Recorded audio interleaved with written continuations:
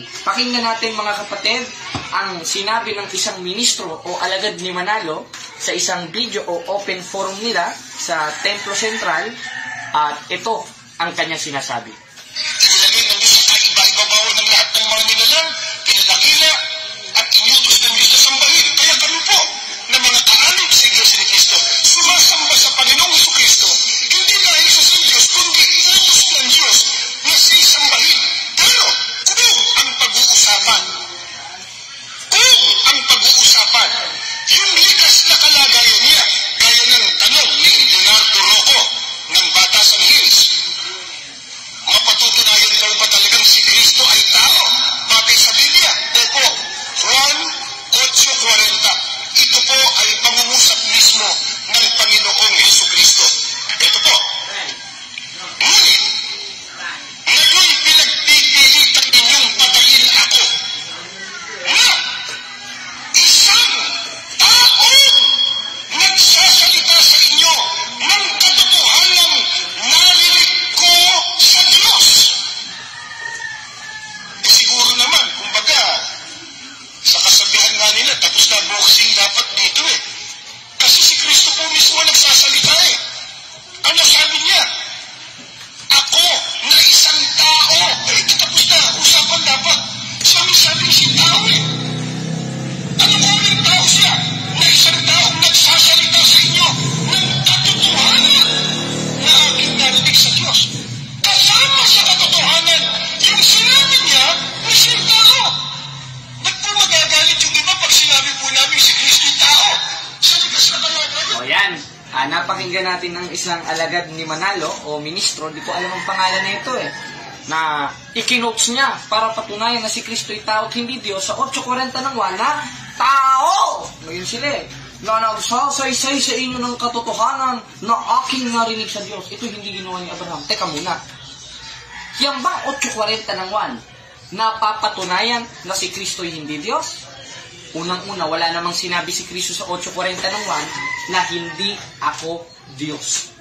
Kasi, isa yan sa ginagamit ng mga ministro ng Iglesia ni Manalo kapag hinahamon mo ng showdown. Mayroon ka ba kang mababasa sa Biblia, letra por letra, na sinabi ni Kristo na hindi ako Diyos? Babasahin nila. O sige, pag nabasa ko, talo ka na. At nang i-coach nila, yung 8:40 ng ngunit pinagsisikapan nyo kung patayin na tao. Hindi sila magbasa eh. Ano eka? Tao! Masisira na yung boses nila na nagsasaysay sa inyo ng katotohanang aking narinig sa Diyos.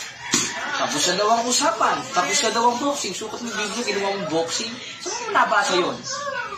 Ngayon, pag-aralan natin mga kapatid, bakit sinabi ng ating Panginoong Jesucristo sa 8:40 ng na siya'y tao? Hindi tinanong natin sa mga apostol, hindi natin itatanong sa ministro. Dahil pag itinanong natin sa mga ministro, naku, kawawa tayo. Self-interpretation, private interpretation ang gagawin sa Biblia. Kaya na lang ng 8:40 naman, wala namang sinabi ng si Kristo na hindi ako Diyos. Bagkus ang sinabi niya, siya'y tao na pinapabura naman ng Iglesia Katolika Apostolika Romana. Dahil ating doktrina sa CCC, our Lord Jesus Christ is 100% man and 100% God. Mo naman nabasa yan. Basahin natin ang sabi ni Pablo sa 2:9 ng Kolosas, sapagkat sa kanya nananahan ang likas na kalagayan ng pagka-Diyos nang siya'y maging tao. Aba, nung maging tao pa lang ating Panginoon Jesucristo, nasa kanya pala, o yung nasa loob, nung ipinanganak ni Maria, na haing katawan, yung likas na kalagayan ng pagka-Diyos. Kailan yun? Nung umiral ng wala pang pasimula, nakasama na ng Diyos. Basahin natin ang uno-uno ng Juan, ang sabi, ng pasimula siya'y verbo. At ang verbo'y Diyos. At ang verbo'y suma sa Diyos. Aba, letra por letra na ito. Ano nangyari sa verbo? Sa 14, nagkatawang tao ang verbo. Nagkatawang tao eh. Kaya naman pala sinabi niya sa 8:40 naman na siya'y tao dahil siya'y nagkatawang tao. At hindi porket sinabi niya sa 8:40 naman na siya'y tao, eh talaga siyang tao na at hindi na Diyos. Dahil nasa loob ng katawang tao na yon, sa 2:9 ng Kolosas, yung likas na kalagayan ng pagka-Diyos. Na ano? Na suma sa Diyos at nasa kanan na ng Diyos. Katunayan, in Old Testament, nakita na nga ni David eh. Basahin natin ang 111 ng awit. Sinabi ng Panginoon sa aking Panginoon. Ilan na? Dalawa, umupo ka sa aking kanan. Tanong, nung pinaupo yung isang Panginoon sa isa pang Panginoon, anong sabi ng isang Panginoon? Nung pinapaupo niya, umupo ka sa aking kanan. Tanong, yung pinaupo sa kanan, Diyos ba? Basahin natin ng 1:8 ng Hebreo, sabi, mga iglesia ni Manalo, mga ministro, kaya niyo bang tutulan ito? Absolutong katotohanan ito eh. Ang Diyos mismo ang nagsabi nito dun sa kanyang anak eh. Dahil ang subject of the sentence sa tinutukoy dito, yung Diyos. Yung anak ng Diyos. Si Kristo ano sabi? Ngunit tungkol sa anak ay sinasabi, ang iyong luklukan o Diyos ay magpakailanman. Yung nakita pala ni David na nasa kanan ng Diyos na pinaupo pa ng isang Panginoon at yung isang Panginoon, sabi sa 1:8 ng Hebreo, ay Diyos. Sino yun? Si Manalo ba? Si Felix ba? Basahin natin ang 3:1 ng Kolosas. Kung kayo ngayon muling binuhay na kalakip ni Kristo, ay hanapin ninyong mga bagay na nangasa itaas sa langit, na kinaroroonan ni Kristo. Na ano? Na nakaupo sa kanan ng Diyos. Klaro. Wala pang pasimula, nandun na si Kristo. Katunayan, in Old Testament, sa 111 ng awit, nandun na si Kristo. At ang sabi sa kanya, nung pinuupo siya ng Ama, o nung isa pang Panginoon, ang iyong luklukan mo, Diyos, ay magpakilanman. Tanong, kailan nangyari yun? Basahin natin ng 8:23 ng Kawikaan, siya'y nailabas ng wala pang pasimula, bago nilikha ang langit at lupa. Hindi nga tao ito. Hindi nga ito yung sinasabi ng mga ministro ng Iglesia ni Manalo na tao at hindi Diyos. Bakit? Saan ba naman nakakita ang tao yung meron na walang pasimula? Kasama na ng Ama, sumasadyos na. Ngayon, ang argumento ng mga IMC dyan, mga kapatid, mga kababayan, mga igsuon, plano daw ang nasa uno-uno ng 1. Paano mo sasabihin plano ay may kalagayan na? Basahin natin nang pasimula siya'y verbo. At ang verbo'y Diyos. Kung plano yan, sana ang nakalagay dyan, ang verbo'y magiging Diyos. Bakit? Hindi pa umiirang plano pa lang hindi naman Ang nakalagay, ang verbo'y Diyos at ang verbo'y suma sa Diyos. Ibig sabihin ng suma sa Diyos, kasama na ng Diyos. Nasa kanan na ng Diyos. In Old Testament, 111 ng awit, kasama na ng Ama. Pinaupo na sa kanan niya. At yung pinaupo sa kanan niya, sa 1:8 ng Hebreo, tinatawag na Diyos ng Diyos. Kaya yun, mga kapatid, klarong-klaro na ang Diyos na mismo na nagpapatotoo at nagsasabi na ating Panginoon Kristo ay Diyos. O ngayon, himay-himayin natin. Kung plano ang verbo, bakit nasa kanan na? Ano yung imaginary friends? Ang alam ko, imaginary friends lang yun yung mga hindi nag-e-exist. Nasa kanan mo parang multo. Ibig sabihin, ang Diyos pala ng Iglesia ni Kristo, may mental disorder. Bakit? May kinakausap na hindi umiiral May pinapaupong hindi umiiral Halimbawa, ganito, mga kapatid, bibigyan ko kayo ng isang lohika o isang example na ginagawa ng Diyos ng Iglesia ni Manalo. Ngayon, sa 1:8 ng Hebreo at sa 111 ng awit ang sinabi ng Panginoon sa aking Panginoon, umupo ko sa aking kanan. Tanong, yung pinaupo, umiiral o hindi umiiral? Umiiral. Halimbawa, nandito. Sinabi ni kapatid na Jared kay kapatid na JB, umupo ka sa aking kanan. Umupo. Bakit? Kasi, nandito na ang kapatid na JB. Umiiral na ang kapatid na JB. Ngayon, kung plano ang kapatid na JB, sinabi ni kapatid na Jared kay kapatid na JB, umupo ka sa aking kanan. Hindi pa naman umiiral si kapatid na JB. Lalabas doon, may mental disorder ka. Kaya, mali yung analogy ng mga ministro ng Iglesia ni Manalo na ang ating Panginoon Kristo ay plano. Because in Old Testament, si David na mismo ang nagsasabi, dalawa ang Panginoon niya at yung isang Panginoon niya, pinaupo sa kanan ng isa pang Panginoon niya. Hindi pala ito plano. Umiiral na pala ito. Kaya ang konteksto sa 1:1 ng Hebreo, nang pasimula siya'y verbo. Ano ba yung verbo? Basahin natin sa 19:13 ng Apokalipsis, at siya'y nararamtan ng damit na winisikan ng dugo, at ang kanyang pangalan pala ito, hindi naman pala sinabi, at ang kanyang plano, at ang kanyang pangalan ay tinatawag na ang verbo ng Diyos. Therefore, ang verbo, pangalan pala.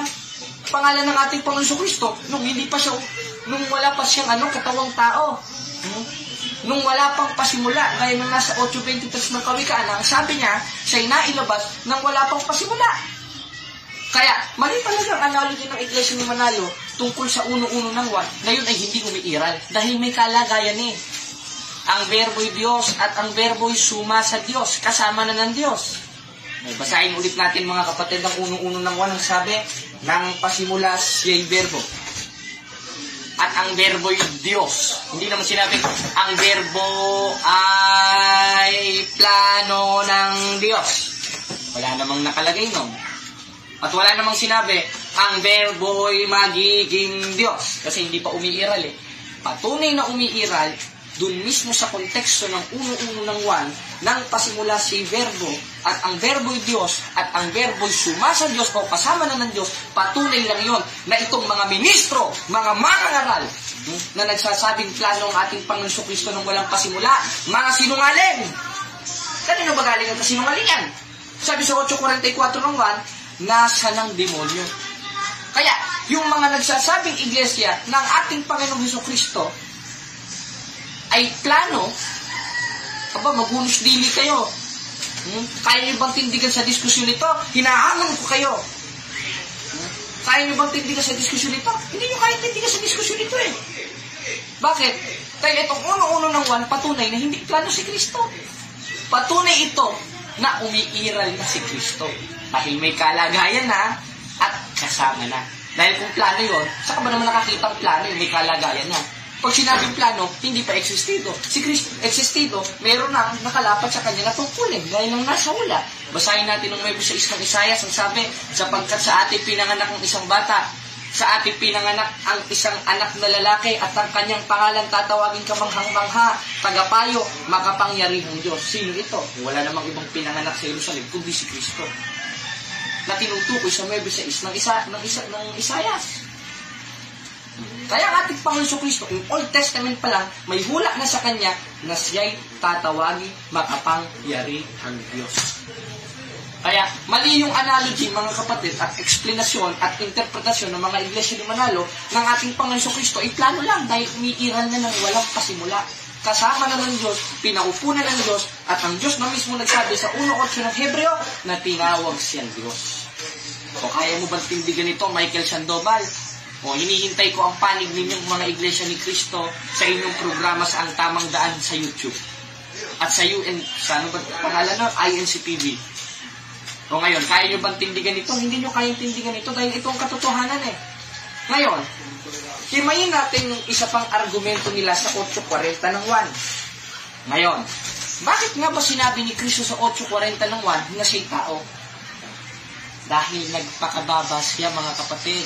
Basahin natin sa Pilipos 2:5 hanggang 8 ang nakalagay, magkaroon kayo ng pag-iisip na ito'y na kay Kristo Jesus din naman. Na ano? Na bagamat siya'y Diyos, hindi niya inaring isang bagay na nararapat panagnan. Alin? Yung pagkapantay niya sa Diyos. Bakit? Persona siya ng Diyos eh. Kaya pantay sila ng Diyos. Ano sabi? Pagkus hinubad niya ito, nag-anyong alipin, nakitulad sa tao. Alin yung hinubad niya? Yung pagkapantay niya sa Diyos. Sa paanong paraan? Nagkatawang tao siya o pumasok siya sa sanlibutan gamit yung haing katawang nasa sinapupunan ni Maria sa 15 ng Hebreo. Na kaya't pagpasok niya sa sanlibutan ay sinasabi, haing at tandog ay hindi mo ibig, ngunit isang katawan ang sa akin inihanda mo. At yung katawang tao niyon yung ginamit ni Kristo para makapagkatawang tao sa 1.14 ng 1 para magpakababa si Kristo. At hindi nangangahulugan yun, si Kristo ay tao at hindi Diyos. Kaya, ang sabi sa Pilipos 2:5 hanggang 8, siya'y nagpakababa. Kaya instant na sabihin niya, siya'y Diyos, sa 8.40 ng 1, sinabi niya siya'y tao. Bakit? Dahil unang-una, Pilipos 2:5 hanggang 8, nasa pagpapakababa siya. Pangalawa, nasa kalagayang tao siya o nasa loob yung pagka-Diyos niya na nasa kanan ng Ama at umiral ng walang pasimula at walang kamatayan dun sa haing katawan na ipinanganak ni Maria. Kaya ang sabi ni Pablo sa 2:9 ng Kolosas, sapagkat sa kanya nananahan ng likas na kalagayan ng pagka-Diyos nang siya'y maging tao. Tanong, nung sinabi sa 8.40 ng 1 na siya'y tao, ibig sabihin ba nun, hindi na siya Diyos? Hindi. Dahil sabi ko nga kanina, kaya niya sinabi yun, siya'y nagpakababa at nasa kalagayang tao. At bukod sa sinabi niya, siya'y nagpakababa, nasa loob ng katawang tao na yon, na sinabing siya'y tao, yung pagka-Diyos nang meron lang walang pasimula. Iniikot-ikot lang natin para maintindihan natin, mga kapatid. Ngayon, palpak ba ang mga ministro ng Iglesia ni Manalo sa paggamit ng 840 ng 1? Palpak na palpak. Katalampak, takpak, takpakan. Palpak, mga kapatid, mga igsuon. At yung mga ibang sekta naman, na naniniwalang si Kristo ay Diyos, panoodin nyo ito. Hindi ba palpak sila gumamit ng 840 ng 1? Ngayon, anong patunay sa Biblia na ang ating Panginoong Hesukristo ay Diyos? Ngayon, himayin natin yung 2.9 ng Kolosas. Parang naghihimay lang tayo ng isda eh. Kumbaga, nanamnamin natin, mga kapatid, yung talata. Ang sabi sa 2.9 ng Kolosas, sa Kanya nananahan ang likas na kalagayan ng pagka-Diyos nang siya'y maging tao. Ngayon, nung magkatawang tao si Kristo, sa loob ng Kanyang human nature, nandun ang divine nature. Anong patunay? Chismis ba ito? Hindi. Basahin natin ang 20:28 ng 1. Sinabi ni Apostol Tomas, hindi ng ministro ni Manalo. Anong sabi? At sumagot si Tomas sa kanya'y sinabi, tanong mga INC, tanong mga ministro, kanino sinabi ni Apostol Tomas, yung Panginoon ko, Diyos ko? Kay Manalo o kay Kristo? Kay Kristo. At hindi nagulat si Apostol Tomas diyan dahil ang nakalagay diyan, yung context diyan, sa 20:23 ng 1, sumagot si Tomas. Hindi naman nagulat. Ginagawa niyo chismoso si Apostol Juan. Bakit? 1:3 ng unang 1. Ang sabi ni Juan, yung aming nakita at narinig ay siya namin ibinabalita sa inyo. At isa sa ibinalita ni Apostol Juan sa atin ay yung nakasulat sa 20:28 ng 1 na sinasabi, sumagot si Tomas, hindi nagulat. At sinabi, Panginoon ko, Diyos ko. Anong sabi ng ating Panginoon Kristo? Hoy, mali ka, Tomas, tao ako. Anong sabi? Bagamat nakita mo ko, Tomas, sumampalataya ka. Anong pananampalataya meron si Apostol Tomas? Panginoon ko, Diyos ko. At ganoon ang pananampalataya ni Apostolo Pablo. Eh di dalawa na pala kalaban ni Manalo. Si Tomas, si Juan, si Pablo. Ano bang sabi ni Pablo? Basahin natin ang 1:12 ng Galacia. Sapagkat di ko tinanggap ito sa tao, ni itinuro man sa akin, kundi aking tinanggap sa pamamagitan ng pahayag ng Jesucristo. Aba, yung karunungan palang itinuturo ni Pablo, hindi niya tinanggap sa tao, ni itinuro man sa kanya. Therefore, ang nagturo sa kanya, hindi tao. Sino? Kundi aking tinanggap sa pamamagitan ng pahayag ng Jesucristo. Patunay lang yun, ang ating Panginoon Jesucristo ay hindi tao kundi Diyos. Bakit? Hindi niya nga tinanggap sa tao yung karunungan niya. Kaya tinanggap kay Babalo. Isa Diyos nga eh. Tanong, sino bang nagturo kay Pablo at sino bang nag-uutos kay Pablo? Lahat ng sinusulat niya. Sabi sa 14:37 ng unang Korinto, ang Panginoon. Sinong Panginoon yan?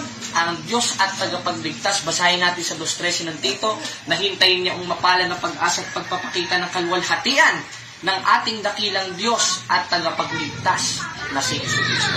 Kaya ang ating Panginoon Kristo, siya ang Diyos at tagapagligtas. Kaya yan ang mga supportive verse o patunay na hindi matanggi ng mga iglesia ng Manalo ng ating Panginoon Kristo ay tunay na Diyos. Kaya mo naman ay kanabasa yan.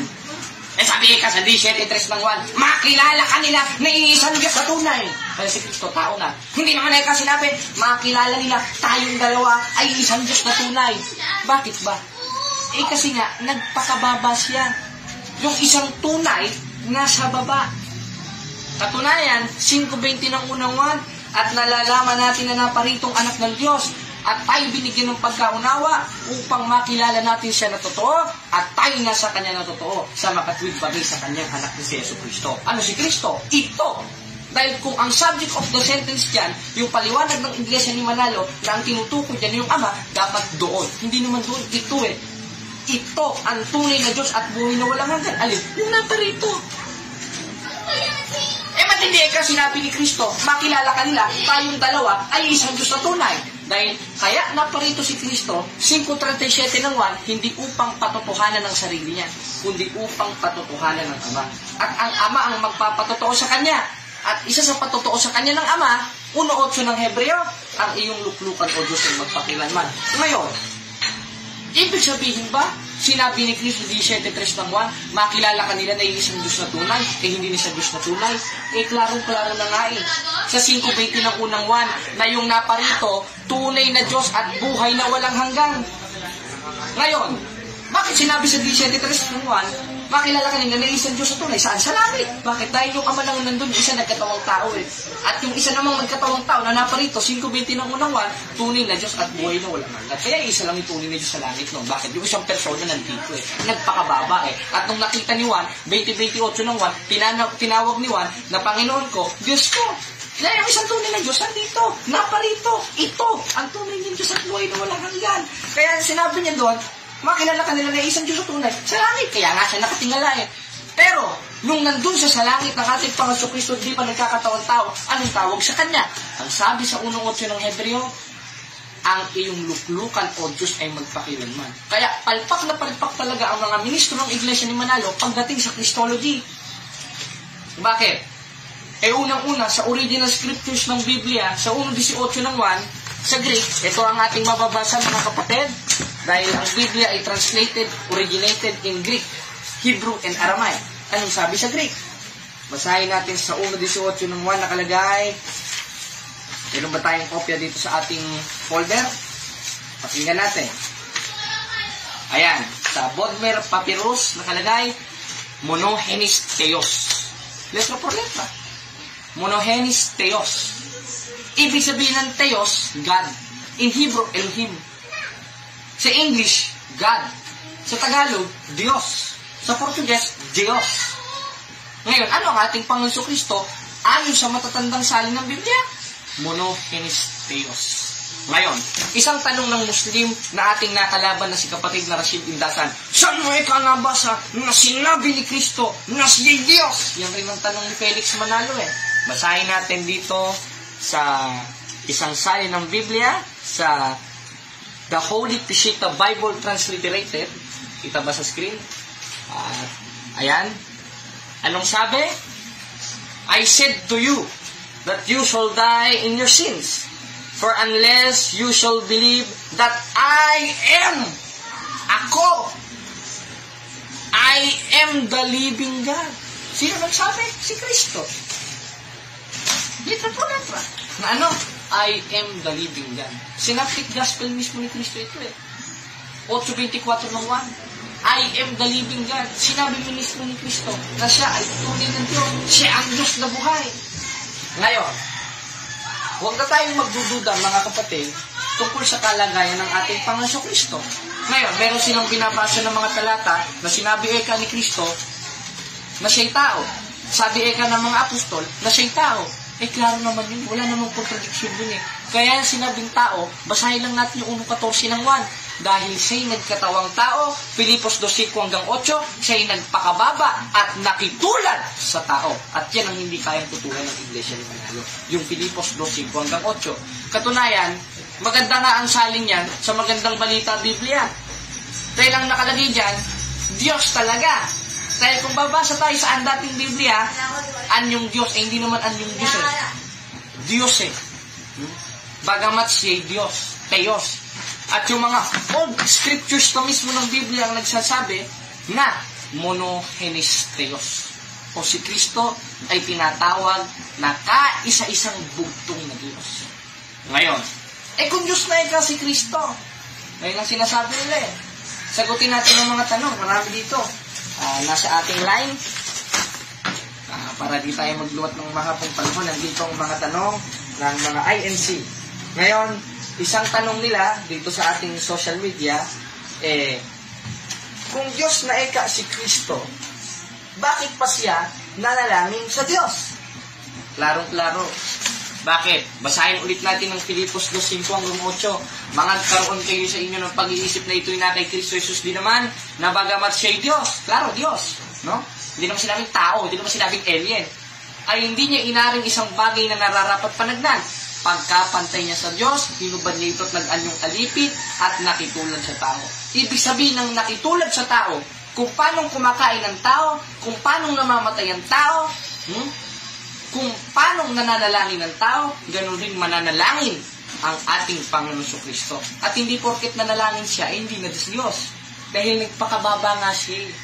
At yun lang ang tanging communication para makausap niya ang Ama. Gaya ng nasa 26, 42, 46, 44 ng Mateo. Si Kristo yung nanalangin ng paulit-ulit na sinasabi rin ng gayong salita sa Ama. Na Ama ko, kundi mangyaring inumin ko ito, mangyari nawa ang iyong kalooban. Bakit? Dahil nasa kalagayang tao nga si 40 ng 1, 14 ng 1. At bukod sa nasa kalagayang tao siya, sabi sa Filipos 2:5 hanggang 8, siya'y nagpakababat, nakitulad sa tao. Kaya ibig sabihin ng nakitulad sa tao, kung paano nanganalangin ng tao, kung paano natutulog, kumakain, umiinom, tumatay, umiihi ang tao, ganoon rin ng ating Panginoon Kristo. Dahil siya'y nagpakababa at ang umiiral sa Kanya nung siya'y nagkatawang tao, G5 ng Hebreo, yung haing katawan nasa sa sinapok po ng Maria.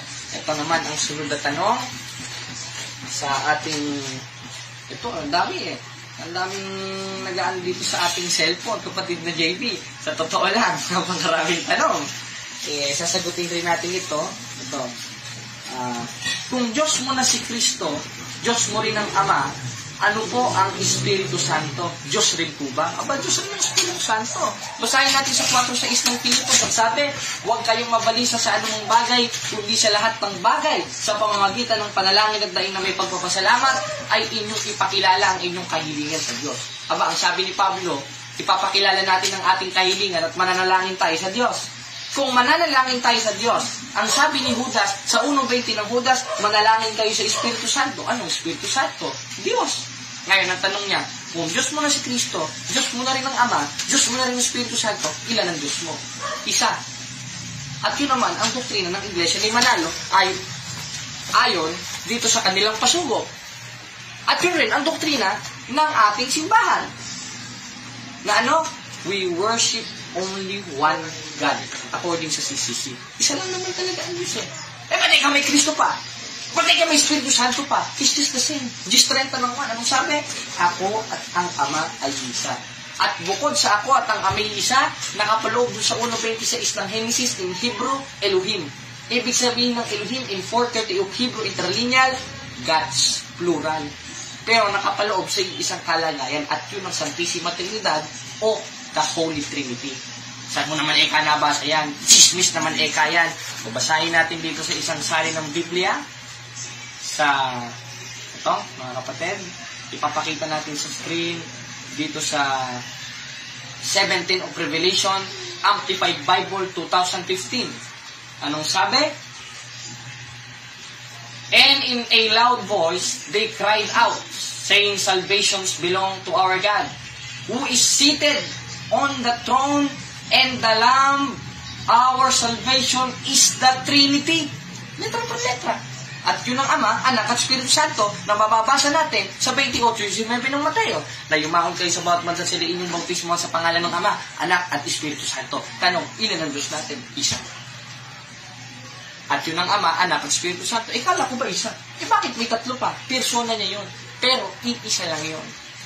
At yun ang nakapaloob sa salita sa Hebrew sa 1:26 of Genesis na Elohim, Gods. At ang nakapaloob doon, Ama, Anak, at Espiritu Santo. At yun ang hindi kayang tutulad ng Iglesia ni Manalo. Kaya, ilan ang Diyos natin? Isa. At hindi porket sinabing isa, is a absolute one. Merong tinatawag na united one. Basahin natin ang 17:11 ng 1, at wala na ako sa sanlibutan at mga ito'y nasa sanlibutan pa. At ako'y paririyan sa iyo amang banal, ingatan mo sila sa iyong pangalan, yaong mga binigay mo sa akin, upang sila'y maging isa gaya naman natin. Yung sila, plural, pumapatungkol sa mga alagad. Ngayong plural na yun ay pumapatungkol sa mga alagad, ilan sila? Madami. Anong ginawa? Pinag-isa. Hindi isa pala sila. Kaya, hindi porket sinabing isa is a absolute one. Pag sinabing isa sa Biblia is a united one.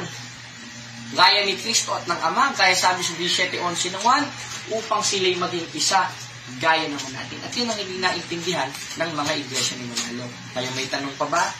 Ayan, wala nang tanong. At muli mga kapatid, salamat sa Diyos. At nagkaroon tayo ng isang episode commentary sa mga panliligaw ng mga ministro ng Iglesia ni Manalo patungkol sa kalagayan ng ating Panginoong Hesus Kristo. Kaya, kung meron silang binabasa Na sinabi eka ni Kristo na siya'y tao, sinabi eka ng mga apostol na siya'y tao, wala naman tayong pakialam dun eh. Bakit? Dahil hindi porket sinabi ni Kristo na siya'y tao, hindi na siya Diyos. Dahil walang mababasa sa Biblia na sinabi niya na ako'y hindi Diyos. Klaro. Kaya sinabi niya na siya'y tao, ulitin natin, 1:14 ng 1, dahil siya'y nagkatawang tao. At bukod siya'y nagkatawang tao, Filipos 2:5-8, siya'y nakababa at nakitulad sa mga tao. Kaya kahit may mabasa sila na si Kristo'y tao, wala naman tayong problema doon. Dahil ang doktrina ng simbahan, si Kristo'y 100% na tao at 100% na Diyos. At ang sabi ni Apostol Pablo sa 2:9 ng Colosas, sa kanya nananahan ang likas na kalagayan ng pagka-Diyos nang siya'y maging tao. Katunayan nakita sa ni Juan at ni Tomas sa 20:28 ng Juan, ang sabi, sumagot si Tomas, Panginoon ko, Diyos ko. Tanong, sumasampalataya ba ang Iglesia ni Manalo sa ating Panginoong Kristo? Hindi. Dahil ang tunay na pagsampalataya sa ating Panginoong Kristo, 2:13 ng Tito, ang sabi, nahintayin niya ang mapalad na pag-asa at pagpapakita ng kaluwalhatian ng ating dakilang Diyos at tagapagligtas na si Jesucristo.